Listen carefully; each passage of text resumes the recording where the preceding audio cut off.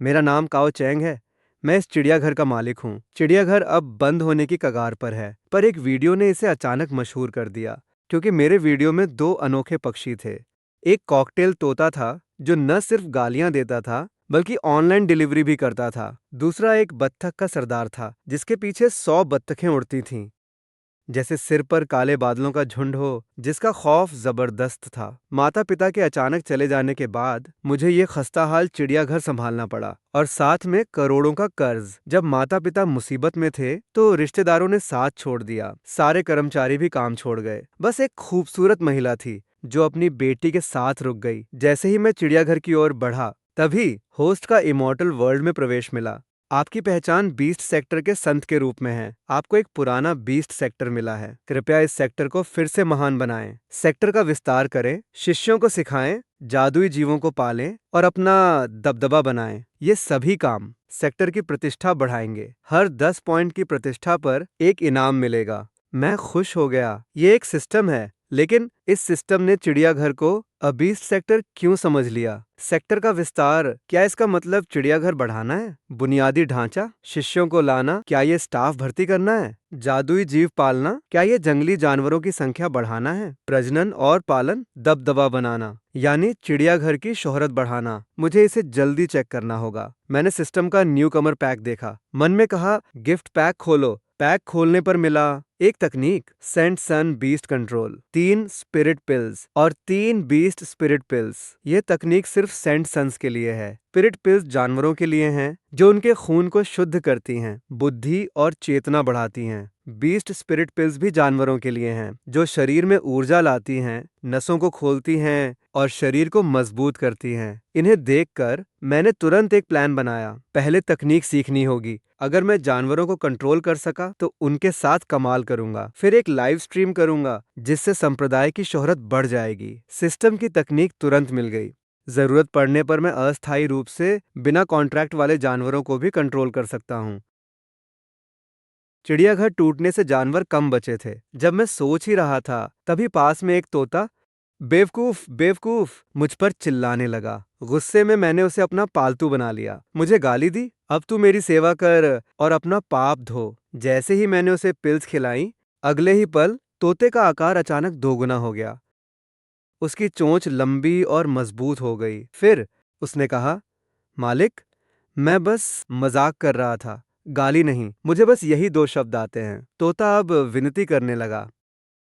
वह अपने पंखों से झुककर माफी मांग रहा था। मैं हंस पड़ा। ये तो काफी समझदार निकला। अब से तुम्हारा नाम वैंसी होगा। नाम देने के लिए शुक्रिया। मालिक, मालिक, सिर में खुजली हो रही है। क्या मेरा दिमाग बढ़ रहा है? मुझे आध्यात्मिक ऊर्जा महसूस हो रही है। हवा के बहाव को महसूस कर सकता हूँ। मैं उन्हें कंट्रोल कर सकता हूँ। कॉकेटियल तोता जमीन से करीब 1 मीटर ऊपर 2 चक्कर लगाता है। जमीन के सूखे पत्ते बवंडर की तरह उड़ने लगे।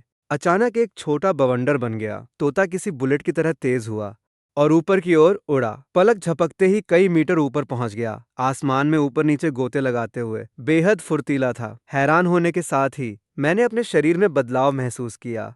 मैं भी हवा के बहाव को महसूस कर सकता था, हर हरकत के साथ, जैसे मैं भी हवा की शक्ति ले सकता हूँ। लगता है ये सेंट बीस्ट ज्वेल का असर है। तोते की हवा वाली शक्ति साझा हो रही है। मुझे यकीन है कि अब मेरी 100 मीटर की दौड़ पहले से दोगुनी तेज होगी। तोता नीचे की ओर झपटा और हल्के से मेरे कंधे पर बैठ गया। मेरे दोस्त, मैं मुश्किल में हूँ, मुझे तुम्हारी मदद चाहिए। 2 घंटे बाद बचे हुए 5,000 रुपयों से मैंने एक एक्शन कैमरा खरीदा और एक नेटवर्क बॉक्स भी। आओ, इसे पहन लो, अपने परफॉर्मेंस की तैयारी करो। इसी बीच यूनहाई सिटी के बाहरी इलाके के एक रिसोर्ट में एक महिला का बच्चा दवा घर भूल गया था और चाबी भी नहीं ली थी। वह काम पर थी, इसलिए भेज नहीं सकती थी। तो उसने डिलीवरी मंगवाई, पर 2-3 मिनट तक कोई ऑर्डर नहीं मिला। परेशान होकर उसने ऐप खोला और डिलीवरी सर्च किया। सबसे पहले एक लाइव स्ट्रीम सामने आई। स्ट्रीमर का नाम था अचेंगान जू बीस्ट सून सेंट सन।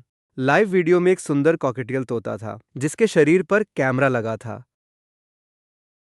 वह लगातार बोल रहा था, दोस्तों, नया स्ट्रीमर हूँ, फॉलो कर लो, बस एक चश्मा चाहिए। शुअनफेंग बर्ड सिटी डिलीवरी सर्विस। अगर कुछ भेजना है तो मान लें कि आप स्क्रीन पर दिखेंगे और पता भेजें। सनग्लासेस भेजने के बाद बस मुझे पिकअप लोकेशन मैसेज कर दें। लाइव स्ट्रीम में सिर्फ 20 लोग ही थे। ज्यादातर लोग शक कर रहे थे, पक्षी से सामान भेजना, क्या होस्ट पैसे कमा रहा है? एक चश्मा 9 युआन का, कौन सा पागल सामान भिजवाएगा? कोशिश करो। तभी हुआ कई फूगी ने सनग्लासेस भेजे। गिफ्ट भेजने वाली एक अधेड़ महिला थी। शुक्रिया हुआ कई फूगई, कृपया पता भेजें। महिला ने मैसेज नहीं किया। जल्दबाजी में उसने सीधे कमेंट्स में पता लिख दिया, कृपया मेरी चाबियां पहुंचा दें। टोंगे शांजुआंग रिसोर्ट सर्विस से लिन्हुआ रोड, शिंगफू कम्युनिटी तक, बिल्डिंग 7, यूनिट 3 के गेट पर। मुझे बहुत जल्दी है। कमेंट्स में शोर मच गया। सच में कोई मान गया। मैं तुम पर नजर रख रहा हूँ। अगर तुमने धोखा दिया और चश्मे के पैसे लिए तो मैं तुम्हारी रिपोर्ट करूंगा। तभी लाइव स्ट्रीम का कैमरा मैनेजमेंट हॉल से बाहर उड़ गया। एक चक्कर लगाने के बाद कैमरा अचानक आसमान की ओर मुड़ा। कुछ ही सेकंड्स में कैमरा वापस सामने आया और वो 100 मीटर ऊपर था। आधा यूहाई शहर साफ दिख रहा था। तोता तेजी से एक दिशा में उड़ चला। नीचे की चीजें तेजी से गुजरी, बस एक धुंधली परछाई थी। वाह, कितनी तेज रफ्तार है। होस्ट सच में कर रहा है। क्या यह पक्षी सच में पहुंच पाएगा? दोस्तों, मैंने अभी मैप ऐप पर देखा, होस्ट चेंगन चिड़ियाघर में है। वहां तक अभी 11 किलोमीटर बाकी हैं। वीडियो क्वालिटी थोड़ी धुंधली है। स्ट्रीमर, जल्दी डिवाइस अपग्रेड करो। मैं पहले एक लॉलीपॉप भेजता हूँ। सामान अभी मिला नहीं था, पर लाइव स्ट्रीम में कुछ गिफ्ट्स आने लगे थे। तभी स्क्रीन पर एक हॉलिडे रिसोर्ट दिखा। इतनी जल्दी पहुंच गए? अभी तो 3 मिनट भी नहीं हुए। 3 मिनट में 11 किलोमीटर? ये तो एडिटिंग होगी। स्ट्रीमर, सर्विस डिपार्टमेंट रिसोर्ट के दक्षिण पूर्व कोने में है। दीदी, आप किसी खुली और साफ जगह पर जाइए। डिलीवरी के लिए तैयार रहें। जैसे ही ये कहा, कॉकेट तोता तेजी से नीचे झपटा, सीधा रिसोर्ट के दक्षिण पूर्व कोने की ओर। वहां एक अधेड़ उम्र की महिला दिखी जो खुशी से हाथ हिला रही थी। तोते ने हवा में एक शानदार गोता लगाया और महिला के सामने उतरा। महिला के चेहरे पर हैरानी और खुशी थी। स्ट्रीमर,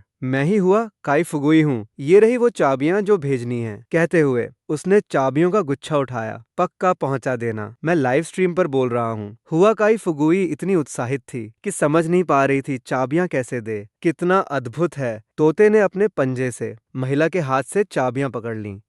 इससे पहले कि वो कुछ समझ पाती, वो फिर से आसमान में उड़ गया। अगला लक्ष्य हैप्पी कॉलोनी, 24 किलोमीटर। तोते ने जानबूझकर अपनी रफ्तार कम की और 9 मिनट तक उड़ा। देखते ही देखते लाइव स्ट्रीम पर 7,600 लोग आ गए। जल्द ही वीडियो में हैप्पी कॉलोनी दिखने लगी। बिल्डिंग 7, यूनिट 3 के सामने एक लड़की जमीन पर बैठी थी, अपने पैर पकड़कर कराह रही थी। यही है वो, ये मेरी बेटी है। लड़की ने लाइव स्ट्रीम नहीं देखी थी, पर अभी माँ के फोन ने बताया कि एक पक्षी चाबी लौटाने आया है। वो अभी भी हैरान थी। तभी उसने ऊपर एक सुंदर कॉकटू तोता देखा, जिसने उसके ऊपर एक चाबी गिरा दी। तेरी माँ की चाबी, तेरी माँ की चाबी। लाइव स्ट्रीम के लोग हंसने लगे। कहोगे कि वो गाली दे रहा है, पर उसकी बात गलत भी नहीं थी। ये पक्षी कुछ ज्यादा ही कमाल है। बोल भी सकता है। तोते का बोलना कोई नई बात है क्या? तभी एक के बाद एक गिफ्ट्स आने लगे। देखते ही देखते 20,000 लोग जुड़ गए। कुल प्रतिष्ठा मान 10 तक पहुंच गया। इनाम मिला जुआन लिंग मेडिकल आर्ट। जुआन लिंग मेडिकल आर्ट, ये जुआन लिंग की खास महारत है। इनाम तो अच्छा है, पर प्रतिष्ठा बहुत धीरे बढ़ रही है। क्या 10,000 लोगों पर बस थोड़ा सा बढ़ेगा? ड्रोन स्ट्रीम को इतने लोग देख रहे हैं, कोई तोता इतने शब्द कैसे बोल सकता है? ये पक्का रिकॉर्डिंग है। तभी अगले पल तोता एक बड़ी इमारत की दीवार पर जा बैठा। कांच की दीवार में तोते की शक्ल साफ दिख रही थी।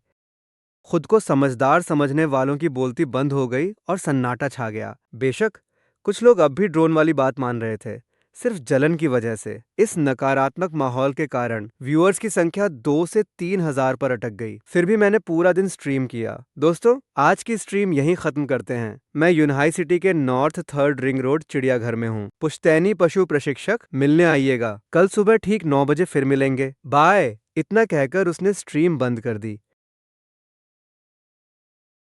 एक शुद्ध आध्यात्मिक शक्ति मेरे शरीर में समा गई, जो मेरे डैंटियान में तेजी से फैलने लगी और अंत में उसमें मिल गई। मुझे बहुत ताजगी महसूस हुई। शरीर हल्का हो गया और नसें खुल गईं। मैंने अपना डैशबोर्ड खोला। कमाई पूरे 1.78 लाख थी। प्लेटफॉर्म का आधा हिस्सा और टैक्स कटने के बाद कुल रकम बची 79,103 युआन। मैंने मन ही मन कहा, गजब। तभी तो आजकल लोग इन्फ्लुएंसर बनना चाहते हैं। फिर मैं लुओ जिंग के पास गया और उसे 15,000 की सैलरी दी। इसमें 3 महीने की 9,000 सैलरी है और बाकी के 6,000 तुम्हारे इस महीने का बोनस हैं। पैसे मिलने के बाद वो तुरंत नहीं गया, बल्कि घबराकर बोला, नहीं, ये बहुत ज्यादा है, इसे रखो। मेरी आवाज में कोई शक नहीं था। लुओ जिंग को अंत में पैसे लेने पड़े और फिर उसने मेरी बात मानी। वो अपनी बेटी के साथ जू मैनेजमेंट हॉल की दूसरी मंजिल पर रहने लगा। मैं उनके ठीक बगल में था।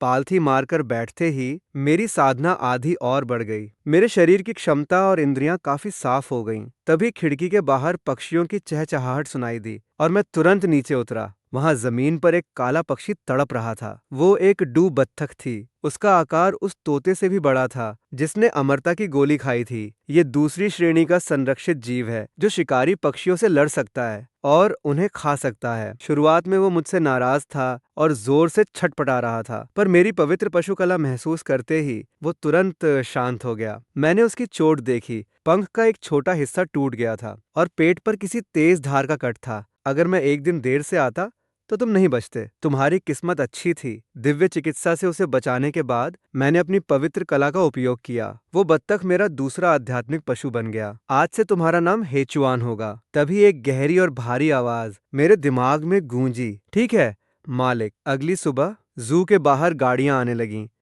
ज्यादातर लोग स्थानीय थे, छोटे इन्फ्लुएंसर्स जो फेम पाने आए थे। उनमें से एक मिलियन फॉलोअर्स वाला एक इन्फ्लुएंसर था जिसका नाम डक ब्रदर्स था। वो सेल्फी स्टिक से लाइव स्ट्रीम करते हुए चिड़ियाघर के अंदर जोर से चिल्लाया, कोई है बाहर आओ। तभी लुओ जिन दौड़ते हुए बाहर आया। इतनी भीड़ देखकर वो थोड़ा हैरान था। आप लोग कौन हैं? डक ने हाथ में मौजूद कागज दिखाए। धोखा पकड़ने वाला, अपने उस खानदानी एनिमल ट्रेनर को बुलाओ जिसने कल ड्रोन से लाइव करके सबको बेवकूफ बनाया। लुओ जिनकी भौहें तन गईं, उसे लगा कि ये मुसीबत लेकर आए हैं। लाइव स्ट्रीम के दोस्तों, डक आज फैंस के कहने पर इंसाफ करने आया है। कल एक फैन ने चेंगान जू के लाइव स्ट्रीम में 2500 युआन दिए, लेकिन ये पैसे इस सोच से दिए थे कि लाइव स्ट्रीम में दिखने वाला पक्षी असली था, पर असल में वो एक बर्ड शेप्ड ड्रोन था। सिविल कोड की धारा 55 के तहत ये उपभोक्ता धोखाधड़ी है। ये कहते हुए उसने लुओ जिन की तरफ देखा। समझ गए? अब जल्दी से उस बंदे को बुलाओ, जल्दी करो। लुओ जिन ये सुनकर भड़क गया। माफ कीजिए, अगर आपको लगता है कि हमने धोखाधड़ी की है तो आप पुलिस को बुला सकते हैं, लेकिन यहाँ पर चिल्लाए नहीं। वो ज़ेनफेंग ईगल वेनशी उसके बारे में जानता था। कल खाना खाते वक्त मैंने लाइव स्ट्रीम की बात बताई थी। वेनशी का पक्षी वहीं पास में था। चुप रहो तुम, जाओ और उसे बाहर बुलाओ। मैं पुलिस नहीं बुला रहा। यही तुम्हारी सबसे बड़ी राहत है। मुझे तुम जैसे लोग सख्त नापसंद हैं जो लाइव स्ट्रीम से फैंस को लूटते हैं। याजी और भी उत्तेजित हो गया और उसने रेलिंग पर जोर से लात मारी। लुओ जिन डर कर पीछे हट गया। सभी इन्फ्लुएंसर्स के फोन कैमरे इसी मंजर पर टिके थे। अब झगड़ा होने ही वाला था। तभी अचानक पार्क के ऊपर काले बादलों का एक झुंड उमड़ने लगा जो धीरे धीरे नीचे आने लगा। करीब आने पर साफ दिखा कि वे कोई बादल नहीं थे बल्कि अनगिनत काले कौवे थे। उन कौवों के झुंड के नीचे एक नौजवान लड़का था जिसके बाएं कंधे पर एक बड़ा कौवा था और दाएं कंधे पर एक रंगीन तोता था। वो इसी तरफ आ रहा था। जैसे ही मैं पास पहुंचा, आसमान के कौवे भी रुक गए और मेरे चारों ओर बिखर गए। नजारा हैरान करने वाला और अजीब था। तुमने ही रेलिंग को लात मारी? मैंने याजी को घूरते हुए पूछा। हर तरफ एकदम सन्नाटा छा गया। मेरे कंधे पर बैठे कौवे ने एक कर्कश आवाज निकाली। फिर कौवों के झुंड की चीखें रूह कंपा देने वाली थीं। धोखाधड़ी पकड़ने आए हो? क्या तुम ही चेंगानजू अकाउंट के होस्ट हो? हाँ, मैं ही हूँ। याजी ने राहत की सांस ली। मैं फैंस के हक के लिए आया हूँ। तुम्हारी स्ट्रीम झूठी है? पता है तुम्हें, मेरे फैन ने तुम्हें 2600 युआन के गिफ्ट दिए क्योंकि तुमने कहा था कि पक्षी असली हैं, पर तुम तो बर्ड ड्रोन इस्तेमाल कर रहे हो। ये गैर कानूनी है, पता है ना? मैं शांत था और मुझे हंसी आ रही थी। धोखाधड़ी है ना? ठीक है, स्वागत है। मैंने इशारा किया और वेंगसी मेरे कंधे से उड़कर सामने वाली रेलिंग पर जा बैठा। याजी के पीछे वाले इन्फ्लुएंसर्स आगे बढ़ाए। कैमरा तेजी से जूम करता है। ये वाकई कल के लाइव स्ट्रीम का वही पक्षी है जो बिल्डिंग के शीशे में दिख रहा था। ब्यूटी फिल्टर ऑन रखना, वेंगसी ने सबको याद दिलाते हुए कहा, जिसे सुनकर भीड़ हंस पड़ी, पर साथ ही सब हैरान भी थे। ये तो कुछ नया है। दिव्य पक्षी है। जो अंधा नहीं है वो देख सकता है कि ये कोई ड्रोन नहीं बल्कि एक असली पक्षी है। और देखो इन कौवों के झुंड को, सब उसी के पीछे चल रहे हैं। कौवों को ऐसे ट्रेन करना, क्या नकली पक्षी से लाइव स्ट्रीम पर शक करने की जरूरत है? अब याजी पूरी तरह दंग रह गया। जुआनफैंग उसके सामने था। वो किसी भी तरह ड्रोन नहीं लग रहा था। उसने अपने लाइव स्ट्रीम पर नजर डाली। उस समय उसके स्ट्रीम पर 30,000 से ज्यादा लोग थे। याजी ने सोचा नहीं था कि उसकी लोकप्रियता का शिखर उसकी हार देखने के समय आएगा। गुस्से से उसका चेहरा लाल हो गया। नामुमकिन, ये कैसे मुमकिन है? तभी उसके दिमाग में एक बात आई। वो चिल्लाया, तुम कैसे साबित करोगे कि ये पक्षी वही है जो कल स्ट्रीम पर था? कल तुमने ड्रोन का इस्तेमाल किया और अब असली पक्षी से हमें बेवकूफ बना रहे हो। मैं हंसा। अब तो कोई भी बड़ा स्ट्रीमर बन सकता है क्या? तभी पीछे खड़े तमाशा देखने वाले इन्फ्लुएंसर्स में से किसी ने आखिरकार बात की, निकल जाओ यहाँ से। याजी, अपनी बेइज्जती और मत कराओ। तुम्हें सच झूठ की पहचान नहीं, और सीधे लोगों को घेर लिया। तुम बस झूठ पकड़ने आए हो। अब और भी लोग उसकी खिंचाई करने लगे।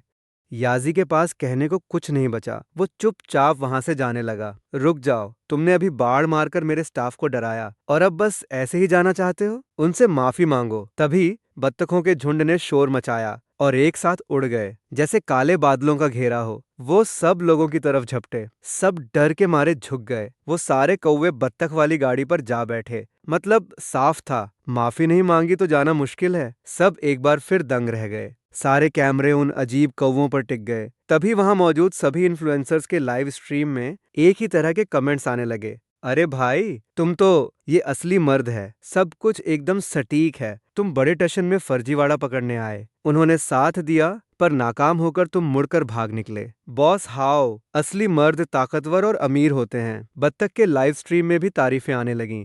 बत्तख अब गुस्से से लाल था। माफी न मांगना मतलब बदतमीजी और डरपोक होना है। उसका सभ्य होने का नाटक अब सबके सामने था। माफी मतलब अपनी बेवकूफी मानना, और ये कि वो भरोसे के लायक नहीं है। अब कोई उसे फर्जीवाड़ा पकड़ने नहीं देगा। सॉरी। आखिरकार बत्तख ने झुकना ही सही समझा और लुओ जिन से कहा। लुओ जिन ने कभी सोचा नहीं था कि कोई छोटी सी बात पर उसका साथ देगा ताकि उसे कोई तकलीफ न हो। उसका मन भावनाओं से भर गया। माफी मिलते ही कौवे फिर से उड़ गए। बत्तख चुपचाप गाड़ी में लौटा और तेजी से वहां से गायब हो गया। पीछे रह गए सिर्फ कैमरे लिए इन्फ्लुएंसर्स और तमाशा देखने वाले लोग। वहां एक पल के लिए सन्नाटा छा गया। मैंने अपना सख्त चेहरा बदला। नमस्ते सभी लोकल ब्लॉगर्स, मेरा नाम काओ चेंग है। मैं चेंगान चिड़ियाघर का मालिक हूँ। मैंने अभी ये चिड़ियाघर संभाला है। जैसा कि आप सब देख सकते हैं, काम काफी मंदा है। मैं लाइव स्ट्रीमिंग बस अपने पुश्तैनी जानवरों को सिखाने के हुनर से गुजारा कर रहा हूँ। अंदर की लड़ाई में हमने साथ दिया, पर अच्छी बातचीत का हमें ज्यादा स्वागत है। मैंने मुस्कुराते हुए हाथ बढ़ाकर कहा, लाइव देखने वालों, कृपया कैमरा कॉकटू तोते पर रखें। आज हम एक ही शॉट में दिखाएंगे ताकि मैं पूरी तरह बेगुनाह साबित हो सकूं। अब आप सब धीरे धीरे गार्डन के अंदर आ जाइए। इतना कहकर मैंने गेट का लॉक खोल दिया। शुक्रिया बॉस काओ कि हमें बिना टिकट जू में आने दिया। काओ साहब का हुनर इतना कमाल है कि ये जू जल्द ही मशहूर हो जाएगा। सबके कैमरों के सामने मैंने तोते को लाइव स्ट्रीमिंग गियर पहनाया और लाइव शुरू किया। कंटेंट कल जैसा ही था, सिटी डिलीवरी। पूरी प्रक्रिया सबके कैमरों में कैद हो गई। बत्तखों के झूठ पकड़ने से लेकर मेरे आने पर बत्तखों के घेरे तक, बत्तखों से माफी मंगवाने, इन्फ्लुएंसर्स को अंदर लाने और तोते की लाइव स्ट्रीमिंग तक, इन सब ने मुझे ट्रेंडिंग लिस्ट में डाल दिया। मेरे लाइव व्यूअर्स पहली बार 50,000 पार कर गए। दोपहर को लाइव आते ही मेरी लोकप्रियता जल्द ही 1 लाख तक पहुंच गई। लाइव शुरू हुए कुछ ही देर बाद मुझे सिस्टम का नोटिफिकेशन मिला। डिंग, प्रतिष्ठा 30 पॉइंट्स तक पहुंच गई। इनाम मिला, अजेमू ग्वान और 2 शू लिंग दाने। अजेमू ग्वान एक जादुई विधि है जो दूरी को नजरअंदाज कर किसी भी जानवर की इंद्रियों को उधार ले सकती है। ओह तेरी, we are flying first person view. मेरे पास अब 2 पक्षी हैं। उनकी आंखों और कानों से मैं आसमान से पूरी दुनिया देख सकता हूँ। इस बार मैं शाम 5 बजे तक लाइव रहा। जैसे ही स्ट्रीम खत्म हुई, एक नौजवान बहुत उत्साहित होकर मैनेजमेंट हॉल में आया। भाई, क्या काम है? मुझे समझ नहीं आया, पर उसने बहुत ही अजीब तरीके से मुझे सम्मान देते हुए अभिवादन किया। मैं सोंग शिंगजी हूँ और आपके साथ एक बड़े काम में जुड़ना चाहता हूँ। इतना कहकर उसने जेब से अपना आईडी कार्ड निकाला। मैं यूनहाई सिटी लॉ एनफोर्समेंट ब्यूरो से हूँ और चाहता हूँ कि आप मदद करें एक बड़े केस की जांच में। ये देखकर मैंने तुरंत गंभीरता से कहा, कानून की मदद करना हर नागरिक की जिम्मेदारी और कर्तव्य है। आइए ऑफिसर, बैठिए। समय तेजी से बीता और रात के 11:30 बज गए। Yunhai city law enforcement command centre में ब्यूरो चीफ सोंग टिएशान अपनी टीम को निर्देश दे रहे थे ताकि रेड वन मानव तस्करी केस के 3 संदिग्धों का पीछा किया जा सके। लेकिन एक गांव तक पहुंचने के बाद वे तीनों संदिग्ध एक पतली पगडंडी से थोड़ी दूर आगे बढ़े और सीधे पहाड़ पर चढ़ गए। फिर वे 3 अलग अलग दिशाओं में बंट गए। सोंग, टिएशान और फर्स्ट स्क्वाड के कप्तान लुओहू ने एक दूसरे को देखा। रेड वन वाले लोग इतने सतर्क हैं, तभी वे अब तक बचे हुए हैं। पगडंडियों पर निगरानी करना बहुत मुश्किल है। वाकई पास मौजूद कर्मियों ने पीछा करने की कोशिश की, पर संदिग्धों का कोई पता नहीं चला। सब पीछा करना बंद करो। सोंग टिएशान अब रिस्क नहीं लेना चाहते थे। आगे बढ़ने पर वे आसानी से पकड़े जा सकते थे, जिससे मिशन फेल हो जाता और कर्मियों की जान भी जा सकती थी। तभी लुओहू को एक मैसेज मिला और देखते ही उसकी आंखें चमक उठीं। वह सोंग टिएशान की ओर मुड़ा और धीरे से बोला, ब्यूरो चीफ, ये शिंगजी है। सोंग टिएशान की तेहें तन गईं। लुओहू सच में हद पार कर रहा है। ये कैसा मौका है। वह अभी भी अपने नालायक बेटे की बकवास में मदद कर रहा है। उसे क्या हुआ? शिंगजी ने कहा कि उसने संदिग्ध का पीछा किया है। सोंग टिएशान ये सुनकर दंग रह गया। क्या कहा? किसका पीछा? संदिग्ध का। उसने हमसे चैनल मांगा है, कहा कि वो फुटेज दे सकता है। सोंग टिएशान होश में आया। जल्दी उसे दे दो। अगर जानना है कि बेटा क्या कर रहा है तो उससे जल्द संपर्क करना होगा। लुओहू ने तुरंत एन्क्रिप्टेड चैनल शिंगजी को भेज दिया। जल्द ही चैनल पर कुछ निगरानी फुटेज मिले जो तुरंत बड़ी स्क्रीन पर आ गए। ये एक हाई एंगल शॉट था, शायद किसी पेड़ की टहनी से लिया गया। साफ नहीं था। जाहिर था कि नाइट विजन कैमरा इस्तेमाल हुआ था। पर अच्छी बात यह थी कि दूरी कम थी, जिससे नीचे का संदिग्ध साफ दिख रहा था। फुटेज में संदिग्ध झाड़ियों में दुबका था और चारों ओर देख रहा था। जब तक फोन नहीं बजा तब वह उठा और एक दिशा में तेजी से भागा और कैमरा भी तुरंत उसके पीछे गया। वह संदिग्ध के बगल में बेखौफ उड़ रहा था। बीच बीच में एक अजीब सी आवाज आई। साफ तौर पर एक कौवे की आवाज थी। तभी 2 और फुटेज सामने आए। ये 2 अन्य संदिग्धों के फुटेज थे। ये भी लो एंगल फॉलो शॉट्स थे। हॉल में मौजूद हर कोई उत्तेजना में मुट्ठियां भींच लिया, यहाँ तक कि सोंग टिएशान भी हैरान था। ये कैसे मुमकिन है? संदिग्ध बार बार रुककर फोन देख रहा था, शायद रेड क्लॉथ गैंग के गुप्त संदेश देख रहा था। इसका मतलब उन्हें पीछा किए जाने का पता नहीं चला, पर इतनी करीब से ये कैसे किया? और सिर्फ एक नहीं, 3 संदिग्धों का एक साथ पीछा किया गया, इतनी कम दूरी पर। ड्रोन की बात तो छोड़िए, अगर वो एक खामोश ड्रोन भी होता तो भी संदिग्ध को एक बड़ी परछाई दिख जाती। ये कैसे मुमकिन है? आखिर ट्रैकिंग के लिए क्या इस्तेमाल किया है? आवाज सुनो, और पंखों की फड़फड़ाहट भी। शायद कौवा है। ये नाइट विजन कैमरा है, लगता है कौवे से बंधा हुआ है। ये तो अविश्वसनीय है। सब लोग हैरान होने के साथ साथ काफी उत्साहित भी थे। वो हैरान थे कि किसी ने पक्षी को रात में पहाड़ों पर ट्रैक करने की ट्रेनिंग दी। ये कैसे हो सकता है? तभी सबकी नजरें जानबूझकर सोंग टिएशान पर गईं। पता नहीं सोंग ने ऐसी फौज कब तैयार कर ली। पर इस वक्त सबसे ज्यादा हैरान सोंग टिएशान था, क्योंकि मीटिंग शुरू होने से ठीक पहले उसके बेटे सोंग शिंजी का फोन आया था। बेटे ने जोर दिया था कि वो मदद कर सकता है, पर उसे यकीन नहीं था। अब उसका वो नालायक बेटा उसका इकलौता सहारा बन गया था। करीब 1 घंटे बाद तीनों संदिग्ध एक जगह मिले और एक पुराने फार्म हाउस पहुंचे, जिसकी खिड़कियां और दरारें काले कपड़ों से ढकी थीं।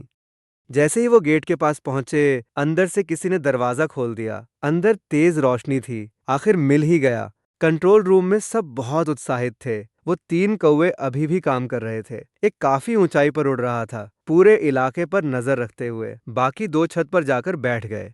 दोनों कौवों ने धीरे से काला कपड़ा हटाया और खुद को छेद के सामने टिका लिया, ताकि रोशनी बाहर न जाए। उन्होंने कैमरा अंदर की तरफ मोड़ दिया। दोनों स्क्रीन पर अंदर का नजारा दिखने लगा। अंदर काफी रोशनी थी। कई लोग खाना पीना कर रहे थे, जैसे कोई ऑफिस पार्टी चल रही हो। नंबर 1 अपराधी फैन होंगे वहां मौजूद था। कंट्रोल रूम के लोग एकदम से जोश में आ गए। उन्हें लगा था कि जबरदस्त लड़ाई होगी, क्योंकि अंदर की खबर नहीं थी। पर इन कौओं ने तो लाइव टेलीकास्ट ही कर दिया। ये तो बिल्कुल ओपन बुक एग्जाम जैसा है। तभी एक ऑपरेटर अचानक जोर से चिल्लाया, भेजो उसे। नहीं, कोई है वहां। उसकी आवाज से सबकी धड़कनें तेज हो गईं। स्क्रीन की तरफ देखा। बाहर उस कौवे की नजर में फैक्ट्री से 300 मीटर दूर एक छोटी छत पर एक आदमी खड़ा था, हाथ में पकड़े हुए टैबलेट जैसा कुछ था। वो जल्दी से फोन निकाल रहा था, कॉल करने के लिए। नहीं, सोंग टिएशान और बाकी सब घबरा गए। तभी अचानक कैमरा लगाए उस कौवे ने तेजी से गोता लगाया, सीधे उस जासूस की ओर। वो तेजी से जासूस के हाथ से टकराया। स्क्रीन पर बस जासूस की चीख सुनाई दी। कौवा फिर से उड़ गया।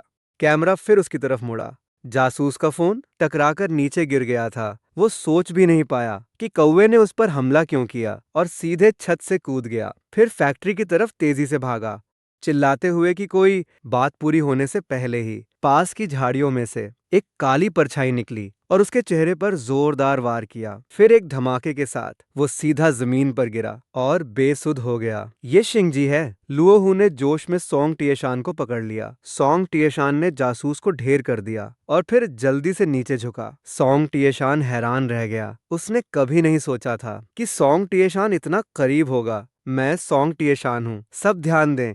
जासूस को संभाल लिया गया है। फैक्ट्री की 7 बजे की दिशा में अपने लोग हैं, पहचान कर चलें। सब लोग फैक्ट्री पर हमला करें। मेन गेट के पीछे 11 बजे की दिशा, वहां फायर पावर बढ़ाओ और कंट्रोल करो। विरोध करने वालों को मौके पर ही मार दो। लाल कपड़ों वालों को जिंदा पकड़ने की कोशिश करो। सोंग तिएशान की साफ कमांड के बाद ऑपरेशन टीम तेजी से फैक्ट्री के बाहर पहुंच गई।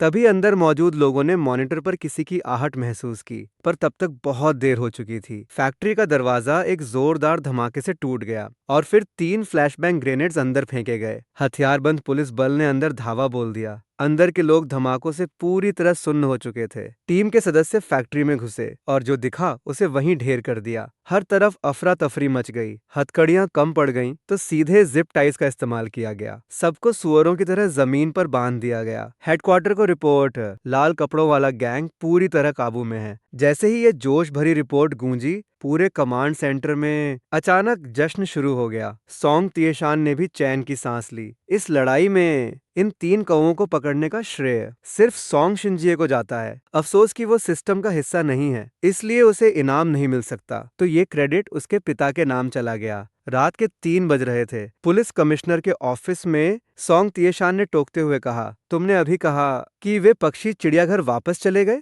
तुम्हारा मतलब है कि वो अनोखा इंसान काओ चैंग पूरे समय चिड़ियाघर में ही था। आज के ऑपरेशन में वो बाहर आया ही नहीं। सोंग शिनजिए ने सिर हिलाया। हाँ, सोंग तिएशान और लुओहू एक दूसरे का चेहरा देखने लगे। वे पूरी तरह दंग रह गए थे। सोचिए, पक्षियों को कंट्रोल करना और इतनी सटीकता से परफेक्ट ट्रैकिंग और जासूसी करना, ये वाकई चमत्कार जैसा है। कई मील दूर 3 कौवों ने ये सब कर दिखाया। ये तो नामुमकिन सा है। बिल्कुल, कौवों के पास मॉनिटर के अलावा एक छोटा रेडियो भी था। उस शख्स ने आवाज से निर्देश दिए थे। सोंग टिएशान ने लुओहू को देखा और गहराई से कहा, ऐसे माहिर इंसान को कैसे छोड़ सकते हैं? क्या हमें उनसे मिलना चाहिए? लुओहू और बाकी सब सोंग की बात समझ गए। ऐसा हुनरमंद पुलिस विभाग के लिए एक बड़ा तुरुप होगा। उन्हें इस पर ध्यान देना होगा या उन्हें प्रोटेक्ट करना होगा, क्योंकि किसी बड़े केस में शायद उनकी मदद की जरूरत पड़े। हाँ, मिलना तो बनता है। अगली सुबह मैं लुओजिन और उसकी बेटी के साथ नाश्ता कर रहा था। तभी खिड़की पर तोते ने चिल्लाकर कहा, मेहमान आए हैं। मेहमान आए हैं। मैंने उन्हें नाश्ता करने दिया और खुद जू के गेट पर गया। बाहर सोंग शिनजी और एक अनजान आदमी थे। मैंने मुस्कुराकर सोंग को ग्रीट किया, officer Song. Good morning. Song Xinji की आंखें फड़कने लगीं। उसने लुओहू से झूठ बोला था कि वो पुलिस में है, बस ये कहा था कि वो मेरा दोस्त है। और सच में पीछे खड़े लुओहू एकदम हैरान रह गए। Officer song? मैं भी ये सुनकर चकरा गया। ये देख सोंग तुरंत बोला, सुनो भाई काओ, कल का काम बहुत अच्छे से हुआ। हमने मिलकर एक बड़ा केस सुलझा लिया, पर मुझे अपनी एक गलती माननी होगी। मैं असल में पुलिस वाला नहीं हूँ। कल मैंने आपसे झूठ बोला था। सोंग शिनजी झेंपते हुए हाथ मलने लगा। मैं दंग रह गया। भाई काओ, भले ही मैंने झूठ बोला, पर यह बात सच है। ये यूनहाई पुलिस की 1st यूनिट के कैप्टन हैं। अंकल लुओहू मेरे पिता के खास आदमी हैं। मैं चौंक गया। लुओहू के व्यक्तित्व में वाकई एक सख्ती थी। वो सिर्फ फोर्स के लीडर ही नहीं बल्कि फौज में भी रह चुके थे। मैंने चिढ़कर सोंग शिनजी की ओर देखा। तुम्हारे पिता? सोंग शिनजी धीरे से फुसफुसाया, यूनहाई सिटी के लॉ एनफोर्समेंट चीफ। मैंने बेबसी में सांस खींची। अबे यार, अगली बार क्या पूरी बात एक बार में नहीं कह सकते? मेरी हालत अजीब हो गई, जैसे मैं कोई चापलूस हूँ। छोटे मालिक, अंदर आइए। सोंग शिनजी मुस्कुरा रहा था। सॉरी सॉरी, अब दोबारा नहीं होगा। लुओहू मुझे गौर से देख रहे थे। उन्हें मेरी हिम्मत पसंद आई। फिर हम ग्राउंड फ्लोर के हॉल में आधे घंटे तक बात करते रहे। बात इस मिशन के बारे में थी और मेरे इनाम के बारे में। भविष्य में मैं उनकी मदद करूं। मैंने तुरंत हाँ कर दी। बिल्कुल, आखिर मैं एक जोशीला नौजवान हूं। उनके जाने के बाद मैंने 5 बजे तक लाइव स्ट्रीम किया। सिर्फ 38 प्रेस्टीज पॉइंट्स मिले। मैं थोड़ा निराश था। इन 2 दिनों में लाइव व्यूअर्स हर दिन बढ़ते जा रहे थे। एक बार तो 1.6 लाख तक पहुंच गए। गिफ्ट्स की तो बारिश हो रही थी, पर प्रेस्टीज पॉइंट्स धीरे मिल रहे थे। शायद उन्हें पता चल गया है कि चैंगान जू मौजूद है, इसलिए पॉइंट्स मिलना कम हो गए। शायद जब जू खुल जाएगा और लोग वहां घूमने आएंगे, तो नए अनुभव से पॉइंट्स फिर मिलेंगे। पर सबसे पहले पैसे कमाने होंगे, वरना जू कैसे खुलेगा? फोन रखकर मैंने बाहर देखा। करीब 200 बत्तखें पेड़ों पर जमी हुई थीं। कुरोकावा खिड़की पर एक गार्ड की तरह तैनात था। बाहर के सारे कौवे कुरोकावा को अपना राजा मानते थे। कल सुबह जब कुरोकावा कौवों के साथ लौटा, मैंने आखिरी किरिन और शोरिन गोलियां पानी में मिला दी और उन्हें खिला दी। भले ही वे कुरोकावा या वैंसी जितने स्मार्ट न हों, पर उनकी बुद्धि बढ़ गई थी। अब वे कुरोकावा की हर बात मानते थे। साथ ही वे इन गोलियों के आदी हो गए। इन गोलियों को पाने की चाह में मारने पर भी वे नहीं जाते थे। तभी अचानक मुझे एक बात सूझी। मैं लाइव स्ट्रीम के दर्शकों को चिड़ियाघर में कौवे देखने बुला सकता हूँ। मेरे कौवों के फनी वीडियोस बढ़ते जा रहे थे और इन कौवों का क्रेज भी बढ़ रहा था। मेरे पास पैसे थे और कमाई की रफ्तार भी तेज थी। 2 कर्मचारी रखना अब आसान था। इन सब बातों को देखते हुए अब चिड़ियाघर खोलने का समय था। खाने के बाद मैं फोन चला रहा था, तभी मुझे यिंगयिंग लिटिल फेरी दिखी, जो मेरे बारे में झूठ फैला रही थी। ये तो सरासर गलत था। जब मैंने कमेंट्स खोले तो मजा आ गया। कुछ लोग मुझे ऑनलाइन नफरत फैलाने के लिए कोस रहे थे और फेक लाइव के लिए भी, लेकिन ज्यादातर कमेंट्स उस फेरी की बदसूरत फोटो और गालियां थीं। वहां बार बार एक नाम दिख रहा था, लिटिल झांग थेरेपी। मैंने उस लिंक पर क्लिक किया। वह लिटिल झांग थेरेपी का एक वेरीफाइड अकाउंट था, जिसके 1.2 लाख फॉलोअर्स थे। उसने भी एक वीडियो डाला था। वीडियो में एक हैंडसम नौजवान था जो बहुत गंभीर था। उसने यिंगयिंग फेरी का वीडियो दिखाया और फिर कई स्क्रीनशॉट्स दिखाए। उसने पूरी बात साफ साफ समझा दी। आखिर में उसने निष्कर्ष निकाला कि अगर यिंगयिंग कोई सबूत नहीं दे पाती कि चिड़ियाघर के मालिक का लाइव फेक था, तो ये मान लेना चाहिए कि उसने झूठ बोला है, बशर्ते मालिक कानूनी कार्रवाई करे। उस वीडियो पर 1.65 लाख लाइक्स आ चुके थे। कमेंट्स में यिंगयिंग की बदसूरत फोटो और गालियां भरी थीं। मुझे जो दिलचस्प लगा वो ये है कि इस शाओ झांग का मकसद इन नीच लोगों को कोसना है, पर वो सीधे तौर पर नहीं कोसता, क्योंकि उससे ऑनलाइन ट्रोलिंग का शक हो सकता है। उसने कानून की चर्चा का बहाना बनाकर खुद को ढका है। एक वेरीफाइड अकाउंट है और वो सिर्फ पब्लिक वीडियो और स्क्रीनशॉट यूज करता है। सब कानूनी है। कानून सिखाने के तरीके से इन नीच लोगों की बुराई को साफ तौर पर दिखा देता है, ताकि असर ज्यादा हो। मेरा मन है कि मैं इस लड़के को इनाम दूं। अकाउंट की लोकेशन तो यूनहाई ही है, Yunhai university of political science and law. मैंने तुरंत मैसेज खोला और उसे 500 का रेड एनवेलप भेजा। साथ में एक मैसेज, भाई मैं चेंगान चिड़ियाघर का मालिक काओ चेंग हूँ, क्या तुम समय निकाल कर चिड़ियाघर आओगे? कुछ सलाह चाहिए। अगली सुबह जल्दी चेंगान चिड़ियाघर में सॉन्ग शिंगजी आया। उसने हाथ हिलाकर पूछा, कैसा है? कोई मदद चाहिए क्या? मैंने आंखें घुमाई। तुम जैसे अमीरजादे इस टूटे चिड़ियाघर में क्या कर रहे हो? अगर सच में खाली हो तो ठीक है, मुझे आज फिर से खोलना है। टिकटों का ऑर्डर देना है। काम अर्जेंट है तो तुम्हें एक चक्कर लगाना होगा। सॉन्ग शिंगजी हैरान रह गया। क्या बकवास है? मैं कमिश्नर का बेटा हूँ।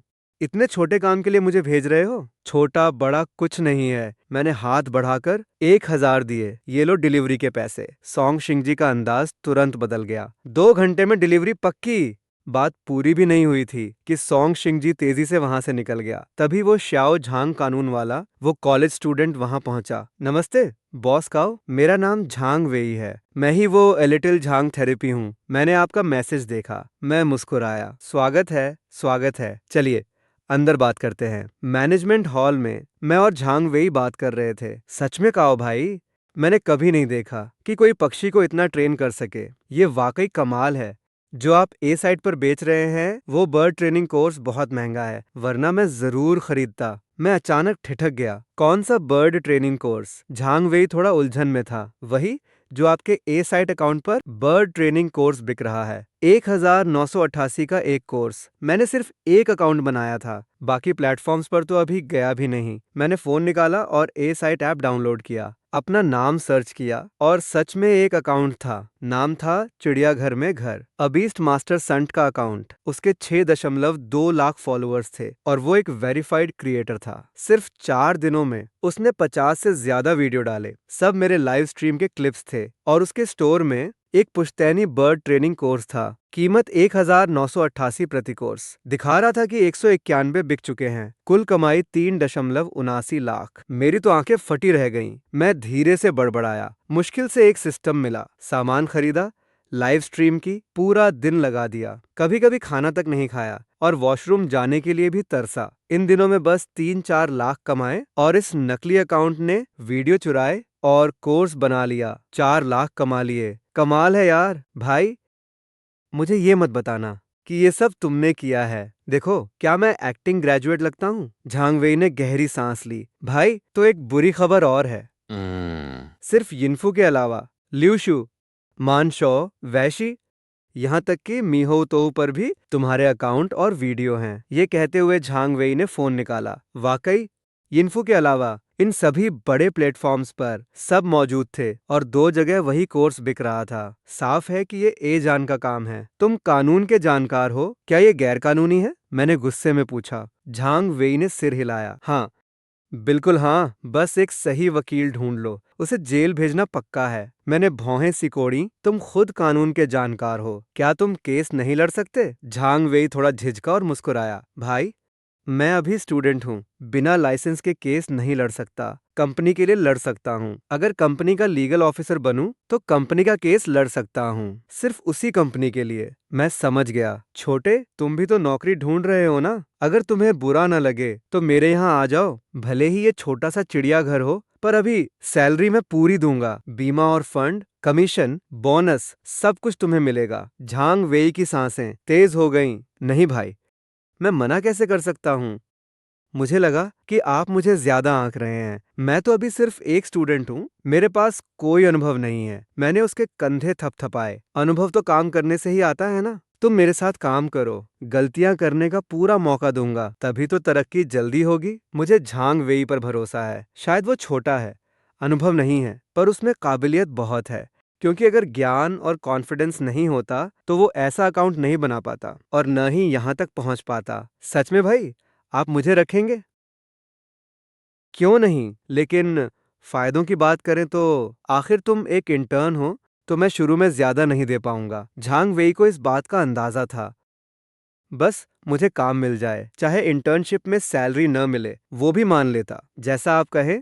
मुझे कोई दिक्कत नहीं है। मैंने सिर हिलाया। देखो, तुम्हें सोशल मीडिया भी संभालना होगा। ये 2 कामों के बराबर है। तो सैलरी फिलहाल 8,000 होगी। कंपनी के लिए जो केस जीतोगे उससे मिलने वाले हर्जाने का 10% कमीशन तुम्हारा होगा। कॉलेज की वजह से तुम्हें समय चाहिए होगा, तो महीने के 100 घंटे अपनी जरूरत से इस्तेमाल करना। बीमा और फंड, सुबह 8 से शाम 6, वीकेंड की छुट्टी। अगर सब ठीक है तो अब तुम जाओ। अरे भाई, रो क्यों रहे हो? झांग वेई रोते हुए बोला। काओ भाई, आप मेरा मजाक नहीं उड़ा रहे ना? मैं सच में आपके साथ काम करना चाहता हूँ। प्लीज ऐसा मत कीजिए। जो सैलरी मैंने बताई वो सुनकर उसे यकीन नहीं हो रहा था। आखिरकार जो मैं दे रहा था वो बहुत ज्यादा था, बिल्कुल अविश्वसनीय। मुझे हंसी भी आ रही थी और तरस भी। मैं वाकई झांग वेई को थोड़ा छेड़ना चाहता था। मैं कैसे नहीं जानता था कि जो सैलरी मैं दे रहा हूँ वो फ्रेशर्स और इंटर्न्स की मार्केट वैल्यू से कहीं ज्यादा है। मैं बस हल्के अंदाज में बात कर रहा था ताकि इस लड़के को ये थोड़ा सपना लगे। क्या मैं ऐसा फालतू मजाक करने वाला इंसान हूँ? जुबान दी है तो मैं कहूंगा। मैंने उसे दृढ़ता से देखा। उसने मेरी आंखों में देखा और उसकी सिसकियां धीरे धीरे रुक गईं। भाई, तो आप मजाक नहीं कर रहे? फिर तो ये वाकई बहुत ज्यादा है। बाकी सब छोड़िए। सिर्फ ए स्टेशन वाले माइक के केस से ही मैं कम से कम सामने वाले से सारी अवैध कमाई वापस करवा सकता हूँ। कम से कम 4 लाख से शुरू, तो वो 40,000 हुए। और ये तो सिर्फ एक केस है। सारे प्लेटफॉर्म्स के अकाउंट्स पर केस करूं तो लाखों की सैलरी तो पक्की है। मैंने उंगली हिलाते हुए कहा। कम या ज्यादा, ये तुम्हारी काबिलियत पर है। अब झांग वेई को पूरा यकीन हो गया था। उसने अजीब तरीके से झुककर सलाम किया। काओ भाई, बेफिक्र रहिए, मैं उन्हें ऐसा लूटूंगा कि कच्चा भी नहीं बचेगा। ठीक है, जाओ और एम्प्लॉयमेंट और प्रॉक्सी कॉन्ट्रैक्ट ले आओ। जी, झांग वेई ने अपनी आस्तीन से आंसू पोंछे और तेजी से बाहर की ओर भागा। तभी अचानक मेरा फोन बज उठा। खाते में 10 लाख आए हैं। मैं चौंक गया। ये क्या? पूरे 10 लाख? और कौन सा बैंक इतनी बड़ी रकम एक साथ भेजता है? फोन निकाल कर देखा। ये तो सीधे हुआक्सिया बैंक से आए थे। क्या ये डुओकुई ऑपरेशन का इनाम है? तभी सोंग शिनजी का फोन आया। हेलो, लाओ काओ, डुओकुई ऑपरेशन का इनाम मिल गया है। हम दोनों को 10-10 लाख मिले हैं। तुम्हें मिले क्या? हाँ, मिल गए। ठीक है, अभी खर्च मत करना। ऐसे इनाम आमतौर पर सिर्फ सम्मान के लिए होते हैं। 10 लाख की उम्मीद नहीं थी। मुझे लगा था कि ज्यादा से ज्यादा 50,000 होंगे। ये इसलिए क्योंकि ये एक बड़ा केस था जिस पर सरकार की नजर थी, इसलिए इतना पैसा मिला। समझ गया, मैं ये बातें अच्छे से जानता हूँ। ज्यादा पूछना ठीक नहीं होगा। फोन काटते ही अचानक सिस्टम सामने आया। बधाई हो, कानून की मदद करने के लिए, अपराधियों को पकड़ने के लिए और शांति बनाए रखने के लिए युशो जोंगमिंग की प्रतिष्ठा बढ़ी है। प्रतिष्ठा 20, इनाम प्राप्त हुआ। किलिंग सिंगल 3, किलिंग सिंगल 5, इनाम प्राप्त हुआ। वानफा रूदाओ जुए। मैं बहुत खुश था। 20 प्रतिष्ठा पॉइंट्स। अगर मैं लाइव स्ट्रीम करता तो कम से कम 20 लाख लोग देखते। अब सिर्फ मानव तस्करों को पकड़वाने से सीधे 20 पॉइंट्स बढ़ गए। मैं सोचने लगा कि तस्करों के अड्डे को खत्म करने में मदद करना निश्चित रूप से एक बड़ा योगदान है, इसलिए इतनी प्रतिष्ठा मिली। ये बात समझ आते ही सब साफ हो गया। मैंने उत्साह से देखा। वानफा रूदाओ जुए, वानफा रूदाओ जुए। हर चीज दुख है, इसी से मोक्ष है। याद है, बाकी आध्यात्मिक जानवरों को साधना के अलावा सबसे सही मार्ग खोजने में मदद करता है, जिससे उनकी साधना की गति बढ़ जाती है और वे खुद को बदल सकें। मेरी आंखें चमक उठीं। अगर मैं उनका सही मार्ग खोज सकूं और उनकी साधना बढ़ा सकूं, तो वे मेरा साथ दे पाएंगे।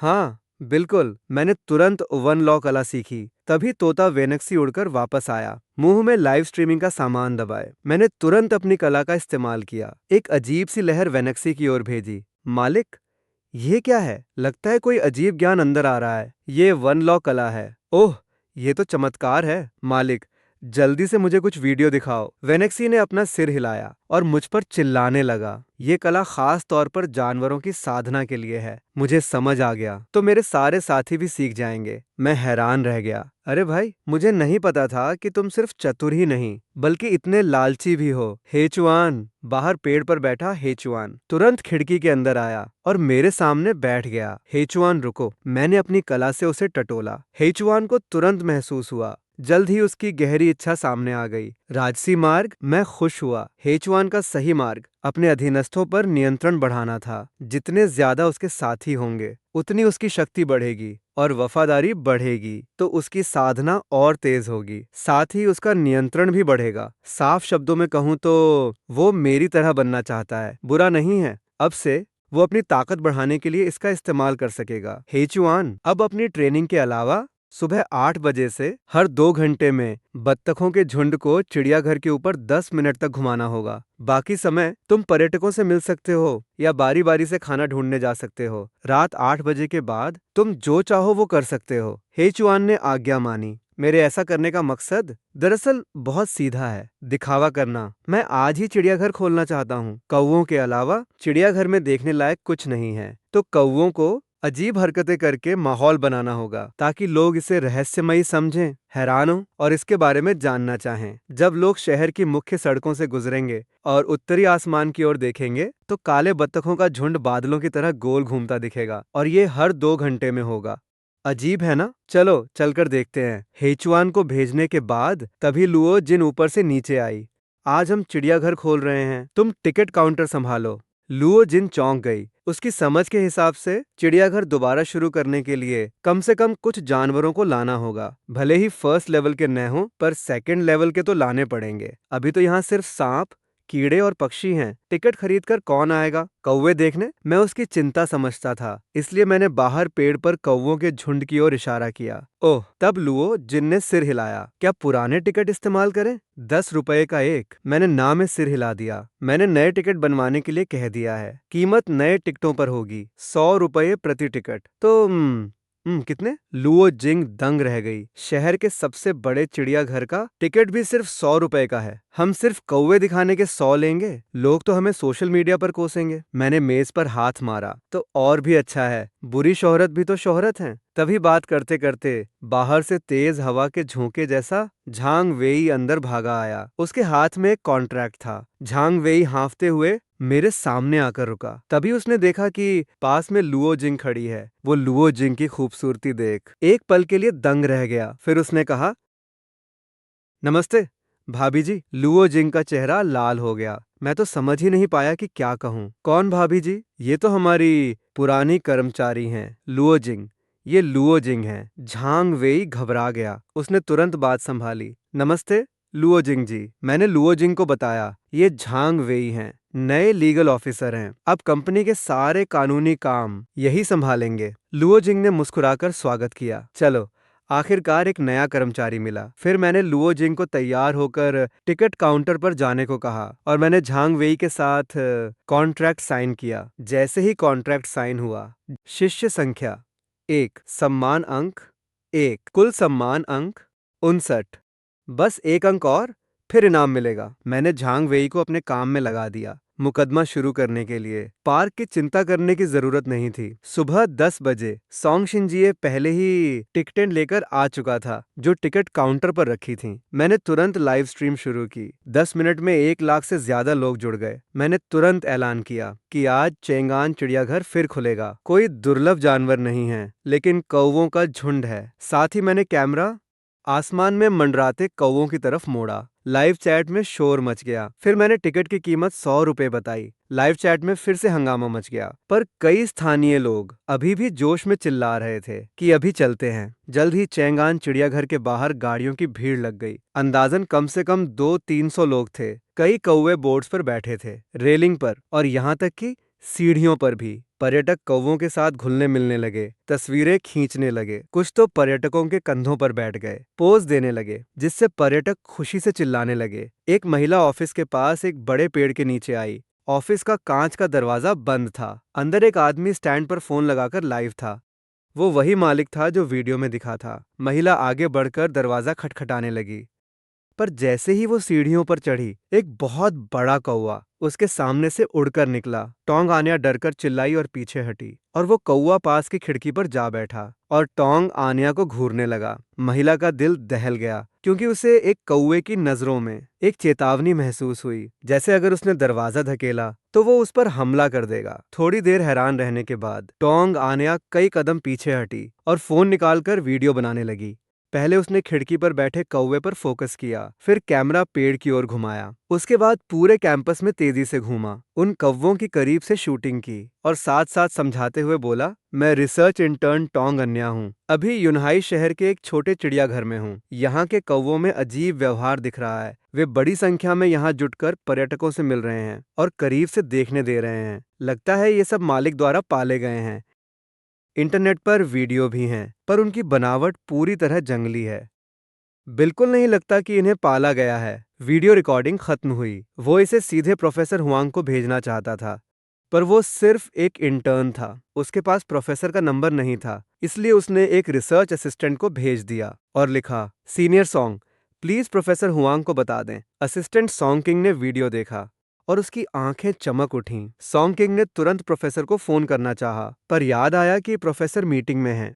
उसकी आंखों में चमक आई और उसके मन में एक विचार आया। ये कौवे इतनी बड़ी तादाद में आजाद रहकर एक जगह जमा होना रिसर्च के लिए बहुत कीमती है। इसका मतलब है कि मिल सकता है भरपूर फंड वाला नया प्रोजेक्ट और बड़े नतीजे मिलने की उम्मीद है। अगर इसकी रिपोर्ट दी गई तो एक स्पेशल रिसर्च टीम बनेगी। प्रोफेसर के बहुत सारे छात्र हैं, मैं उनके लिए खास नहीं हूँ। अभी रिपोर्ट दी तो मैं बस एक संदेशवाहक बनकर रह जाऊंगा, पर अगर प्रोफेसर मीटिंग में हैं और मैं पहले हाथ मार लूं, एक छोटी टीम बना लूं और बढ़त ले लूं, तो फिर स्पेशल टीम बनने पर भी मेरा भी उसमें एक स्थान होगा। यही सोचकर वह बहुत उत्साहित हो गया। फिर भी उसने प्रोफेसर हुआंग को उसने एक कॉल किया। वैसे प्रोफेसर हुआंग मीटिंग में हैं, उठाएंगे नहीं। बाद में अगर प्रोफेसर हुआंग ने पूछा तो मेरे पास बहाना होगा कि मैंने आपको तुरंत फोन किया था, आप व्यस्त थे, मुझे लगा कुछ बदल गया है, इसलिए लोगों को लेकर देखने चला गया। फोन लगा और वाकई 2 रिंग्स के बाद कॉल कट गया।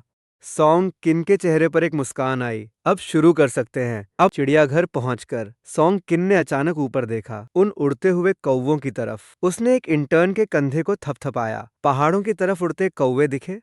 शायद वे वहां खाना ढूंढने गए हैं, क्योंकि यहाँ के कौवे सिर्फ पर्यटकों से मिलते हैं पर उनका खाना नहीं खाते। अजीब बात यह है कि वे आखिर वहां क्यों जाते हैं। अरे, ऐसा नहीं था कि यहाँ के कौवे मालिक ने पाले हुए हैं। सोचते हुए सॉन्ग किन बड़बड़ाया, 2 कौवे पकड़ो, उन पर जीपीएस ट्रैकर लगाओ और बायो रिकॉर्डर भी। देखता हूँ वे पहाड़ों में क्या करते हैं। जाओ, बर्ड गन लेकर आओ। ठीक है। एक इंटर्न ने जल्दी से बक्से में से एक बर्ड गन निकाली। सॉन्ग किन ने उसे लिया और ऐसी जगह ढूंढी जहां कौवे ज्यादा थे। बंदूक तानी और एक कौवे पर निशाना लगाया। कौवे ने गर्दन मोड़कर सॉन्ग किन को देखा, जैसे चेतावनी दे रहा हो, और जोर से कांव कांव किया। एक धमाका हुआ। एक काला गोला बाहर निकला और हवा में एक बारीक जाल की तरह फैल गया। कौवा बिल्कुल सटीक तरीके से जाल में फंस गया और जाल में अपने पंख फड़फड़ाने लगा। अजीब सी चीखें मारते हुए जमीन पर गिर गए। सॉन्ग किंग मुस्कुराते हुए आगे बढ़ी और कौवों वाला जाल खींच लिया। सॉन्ग किंग, तुम क्या कर रही हो? सॉन्ग किंग हंसी और बोली, जूनियर, चिकन स्किन लाओ। अभी बात पूरी भी नहीं हुई थी कि उसने टोंग अन्या के चेहरे पर डर देखा।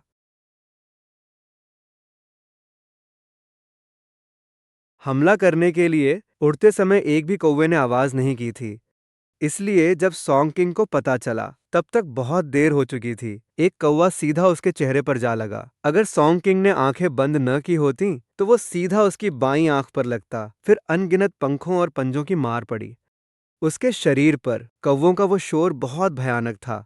सॉन्ग किंग दर्द से चीखने लगी। टोंग अन्या बुरी तरह डर गई। बाकी इंटर्न्स ने कपड़े उतारकर लहराना शुरू किया और चिल्लाकर कौवों को भगाने लगे। पर कौवे जैसे किसी जुनून में थे। वो बस सॉन्ग किंग पर हमला कर रहे थे। बाकी लोगों की परवाह ही नहीं थी। शायद शुरुआती डर और घबराहट अब खत्म हो चुकी थी। अब सॉन्ग किंग का गुस्सा हावी था। हटो, दूर हटो। उसने अपनी बर्ड गन जोर से घुमाई, जो कि एक भारी लोहे की रॉड जैसी थी। तुरंत कुछ कौवे उसकी चपेट में आए। वो घायल होकर घेरे से बाहर गिर गए। आसपास के कौवे पीछे हट गए, जिससे सॉन्ग किंग को सांस लेने का मौका मिला। मैं तुम सबको मार डालूंगी, सॉन्ग किंग गुस्से में चिल्लाई और फिर से गन लोड की। जहां कौवे सबसे ज्यादा थे वहां निशाना साधा। अगर ये जाल गिरता तो कम से कम 6-7 पकड़े जाते। तभी अचानक मैनेजमेंट हॉल से एक साया तेजी से उसकी ओर बढ़ा। इससे पहले कि सॉन्ग किंग गन उठाती, वो शख्स उसके सामने आ गया और उसने सॉन्ग किंग के पेट पर जोरदार किक मारी। सॉन्ग किंग 3-4 मीटर दूर जा गिरी। बाकी कुछ लोग कपड़े लहरा रहे थे। बड़े कौवे के इंटर्न्स की जान नहीं बची। उस साये ने एक एक कर सबको लात मारकर गिरा दिया।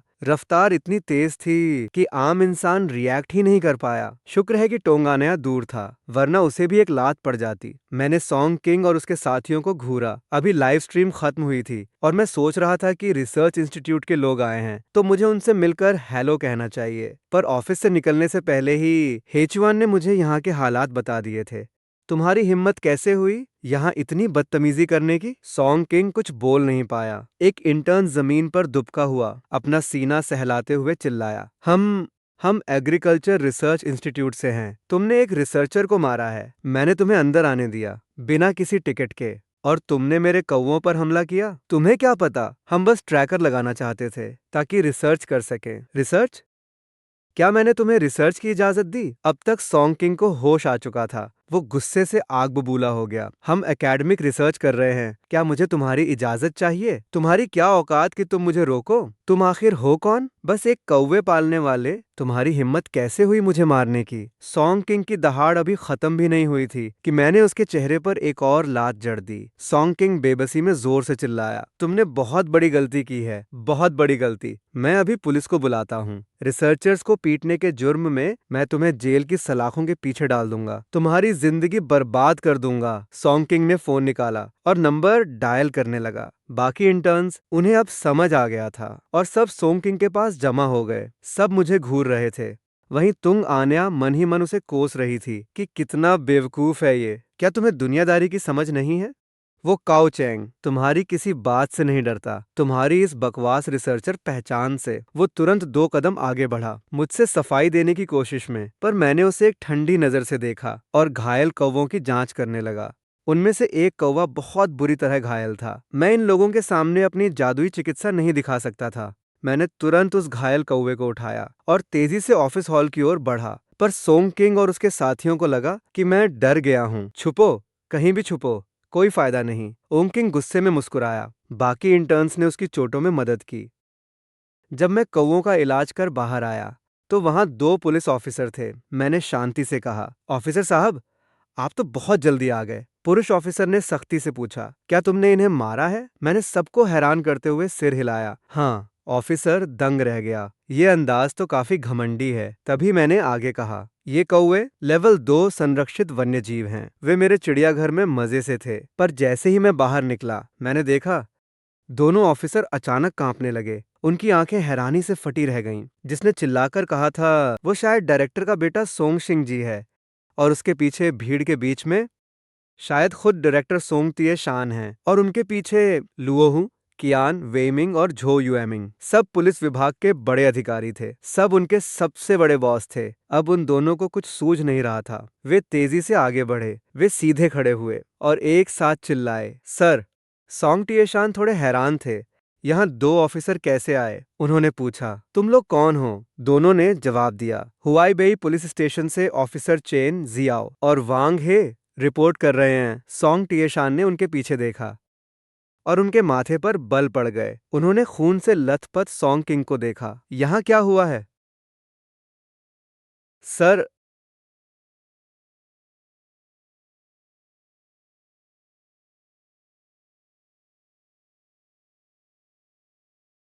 जब वे दोनों जवाब देने वाले थे, तब सोंग शिंग जी की नजर मेरे हाथों की चमकती हथकड़ियों पर पड़ी। वह गुस्से में चिल्लाया, किस कमबख्त ने इसे हथकड़ियां पहनाई? सोंग टिएशान और बाकी लोगों ने तब उन हथकड़ियों को देखा। सबके चेहरे गुस्से से लाल हो गए। सब उन 2 ऑफिसर्स को देखने लगे। वे दोनों ऑफिसर डर के मारे पीले पड़ गए। महिला ऑफिसर के तो पैर कांपने लगे। उसने अनजाने में अपनी खाली कमर को छुआ।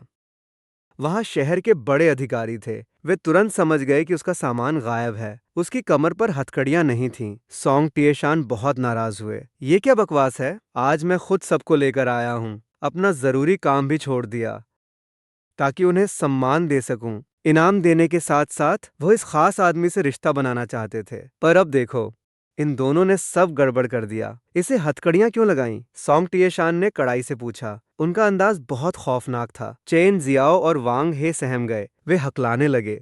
तब वांग हे ने हिम्मत जुटाकर कहा, हमें सूचना मिली थी कि यहाँ किसी ने हमला किया है, इसलिए हम यहाँ आए। रिसर्च इंस्टीट्यूट के इस शख्स ने कहा कि वो कौवों की अजीब हरकतें देखने आए थे, पर इस चिड़ियाघर के मालिक ने उनकी पिटाई कर दी। क्यों?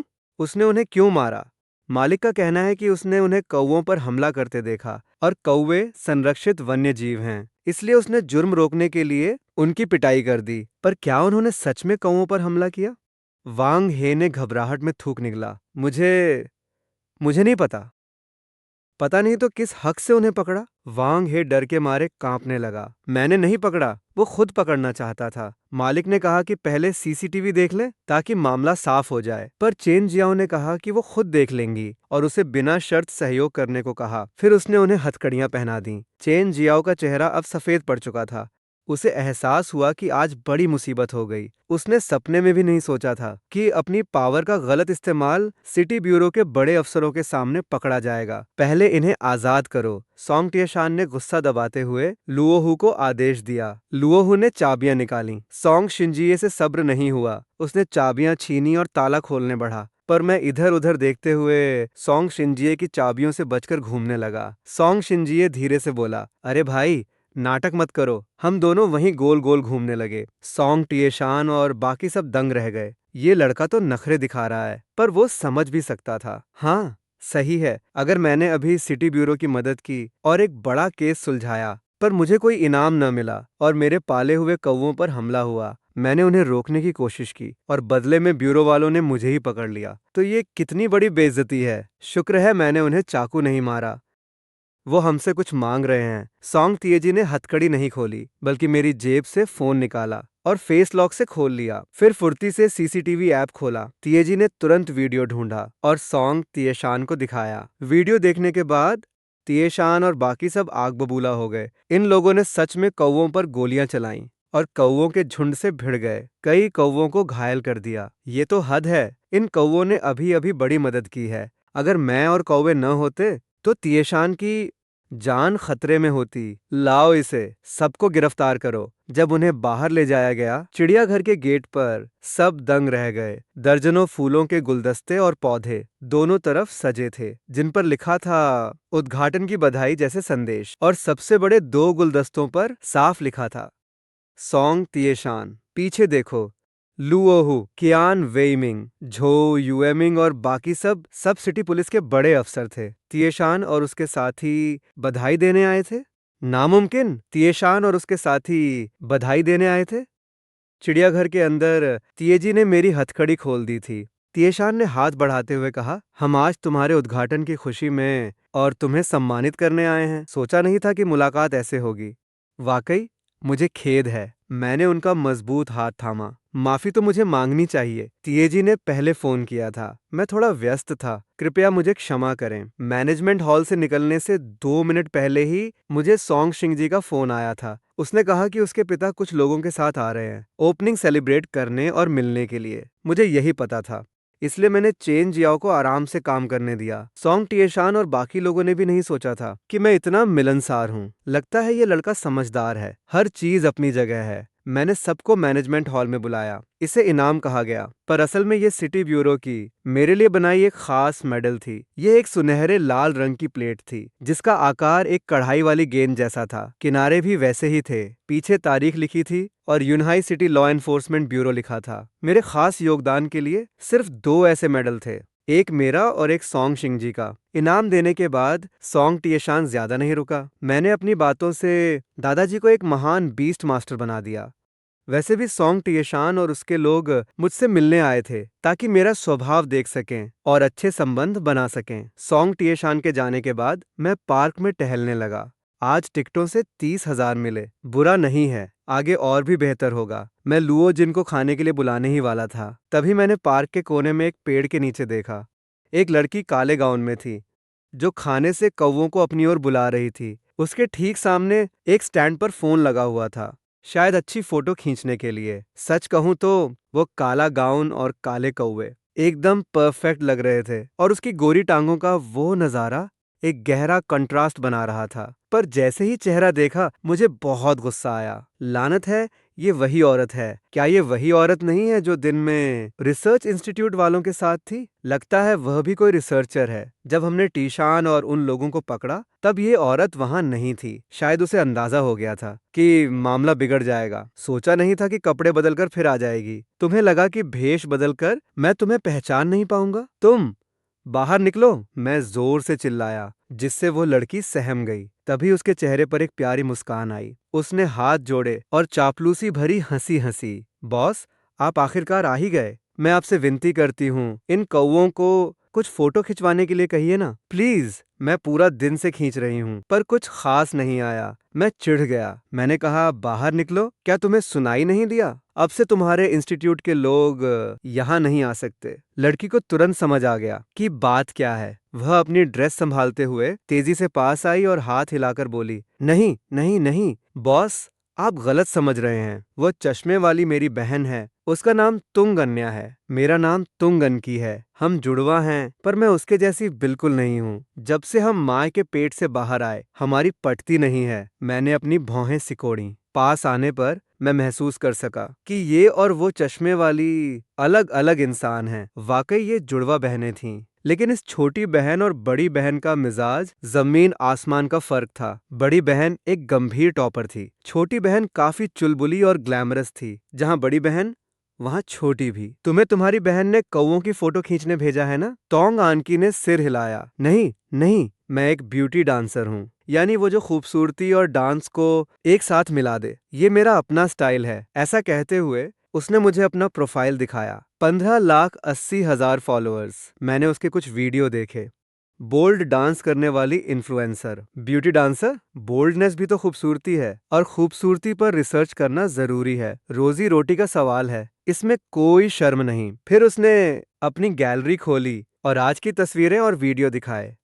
काली ड्रेस और काले कौवे एकदम परफेक्ट लग रहे थे। हल्का डार्क फिल्टर लगाया तो वो किसी जादुई राजकुमारी जैसी लग रही थी। शूट करना है तो कल करना, अब हमें चलना चाहिए। क्या आप मुझे भगा रहे हैं? मुश्किल से शाम की ये रोशनी मिली है, मैं कुछ और फोटो लेना चाहती हूँ। प्लीज मान जाइए ना। मुझे पता है कि ये कौवे आपकी बात मानते हैं। क्या आप उन्हें मेरी मदद करने को कह सकते हैं, बस कुछ फोटो के लिए? तोंग आनकी ने होंठ चबाए और मेरा हाथ पकड़कर लाड़ करने लगी। कौवे तो मेरी बात मानते हैं, पर मैं तुम्हारी क्यों मानूं? तो फिर आप क्या चाहते हैं? मुझे एक आइडिया आया है। मुझे अभी लोगों की जरूरत है, तुम मेरे यहाँ काम कर लो। पैसे तो लगेंगे नहीं, बल्कि मैं तुम्हें सैलरी दूंगा। कल अपने सबसे छोटे कपड़े पहनकर काम पर आ जाना। काम बहुत आसान है, कौवों की तरह ही लाइव आना, बात करना और कस्टमर्स को खींचना, और कभी कभी मेरा लाइव स्ट्रीम संभालना। मेरे कहते ही टोंग आनकी निशब्द रह गई। मैं इंसान हूँ, तुम मेरा इस्तेमाल जानवरों के शो की तरह कैसे कर सकते हो? बस तुम काम पर आओ, सारे कौवे तुम्हारी फोटो के लिए मान जाएंगे। बिल्कुल, आगे मैं और भी जानवर पालूंगा।